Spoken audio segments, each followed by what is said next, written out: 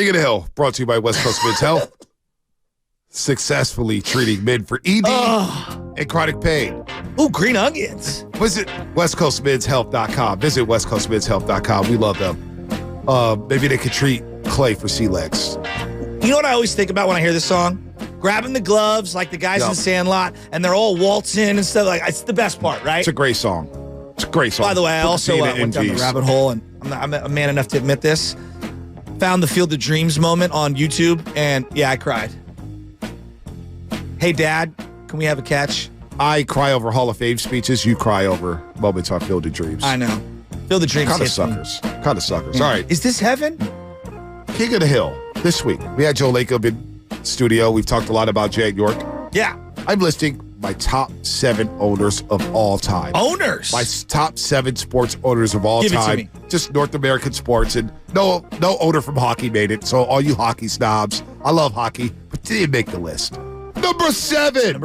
Number seven. Walter O'Malley. Oh. Brooklyn Dodgers. Moved the Dodgers out to L.A. Yeah. Got the Giants to agree, come out west with them. And he also signed, it took the chance, alongside Branch Rickey, to get Jackie Robinson. I like that. You know, first black player in baseball. I like that a lot. He gets credit for that. I like that a lot. Broke the color barrier, so he needed to make the list. Yeah. Number 6. Another guy who broke all barriers. Give it to me. Didn't care about the color. He just wanted to know if he could play football. It's Al Davis. Good call. Al Davis. Good call. You know, the quarterback must go down, and he must go down hard within the first 10 plays. The Raiders. Al Davis. He's basically that mascot. They could just put his face on that helmet. It wouldn't mean a deal. You know what's an awesome quote from his that doesn't get talked about enough? He's like, I always hear, got to take what the defense gives you. We're going to take what we want. How about that? Yeah, I love that quote. They always say, take what the defense gives you. Take what the defense gives you. No, we're going to take what we want, and we will take shots down the field. I love how G-Eazy thinks he's Al Davis with his outfits, right? Not even close. Like, come on, dog. That might be my Halloween costume this year. I might go full Al Davis with the glasses and stuff. You can pull it too. off.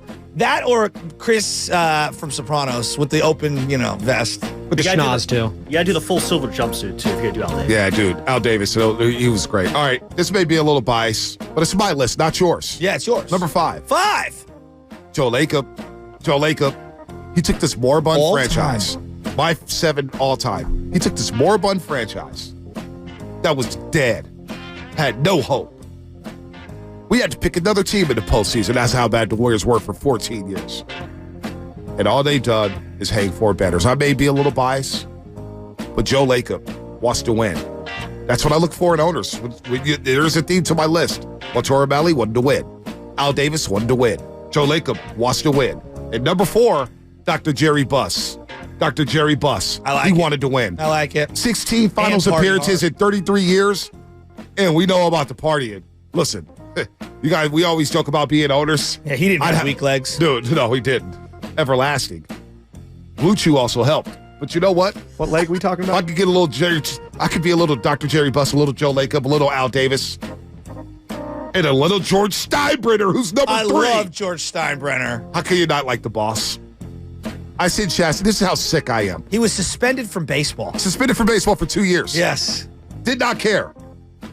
I'm so sick that during the vacation, I'm in the South of French looking at the Mediterranean Sea, eating lobster and steak. Weak legs? Legs were a little weak on that vacation. George Steinbrenner, I ran across an interview. I had to think about that for a second. Was it 11 minutes? Was it 5 minutes? George Steinbrenner. Marcus is always in your head. He's always in my head. Every day. Every day. We're always looking at the clock. He did a 1 hour sit down with Mike and the Mad Dog. The best. And that interview was off the chain. I mean, it was like Steinbrenner's telling them, hey, I hear what you guys are saying. Hey, why don't you come do this job? It's not that hard, huh? You think so? He answered everything. George Steinbrenner is one of my all-time favorites. I don't care. Was he a crook at times? All these guys got a little shadiness to them. That's why we like Scarface. That's why we like Goodfellas. We like shady characters. Absolutely. That's why we like Franklin Saint. That's why we like Duda from The Chi. Got to have a little shadiness to you. George Steinbrenner, number 3. All right, moving on. Number 2. The Rooneys, man.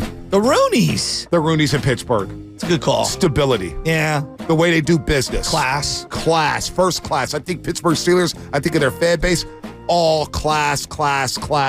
3 head coaches in the last 100 years. Now, I know I'm being a little exaggerated a little bit here, but hyperbolic. But 3 coaches in basically 50 years? Yeah, they're almost. like one of the model teams in sports. Absolutely. And the Rooney Rule. Looking out for people of color to try to get into the coaching ranks in the NFL.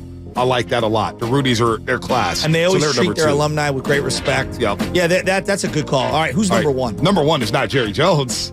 It's definitely not Jerry Jones. Somewhere Guru lost his wings.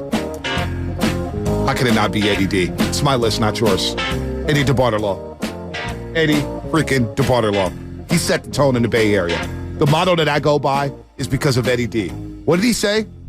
Show me a good loser, and I'll show you a loser. That's one of my favorite lines ever. Show me a good loser, and I'll show you a loser. It's Super Bowl or bust around here. And that motto is a motto I go by in life. It's Super Bowl or bust. It's all or nothing. If we don't win, it will be disappointing, and it will be doom and gloom. And there will be a dark cloud hanging over my head until we get that damn championship. You heard from Joe Lacob? He's rising up the ranks because he's got some Eddie D in him. Eddie D, number 1 on my list for all-time owners. No, it ain't Tom Benson. No, it ain't Jerry Jones. It's Eddie DeBartolo. No Bob Kraft on that list. Yeah, I thought about it. No Jerry Reinsdorf. He won one with the White Sox and with the Bulls. I don't think of him as a good owner. Okay, what about the guy in L.A. right now? It's cheap. What about the guy in L.A. who runs Artie Moreno? No, the guy who runs Kroenke. He's on a run right now. Yeah, Kroenke's on the run. Yeah. He's on the run. What's What that? about The the Avalanche? European Avalanche? soccer, too. Nuggets? Blazers? Yeah, Blazers. No, he's doing a hell of a job.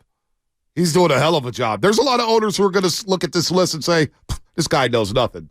Hell, Joe Lacob may be mad at me for putting him in 4th or 5th. No, I think it's a great Dr. Jerry list. Bust. But my list, Walter O'Malley, Yeah. Al Davis, Yeah. Joe Lacob, Dr. Jerry Buss, George Steinbrenner, the Roonies, and Eddie DeBartolo.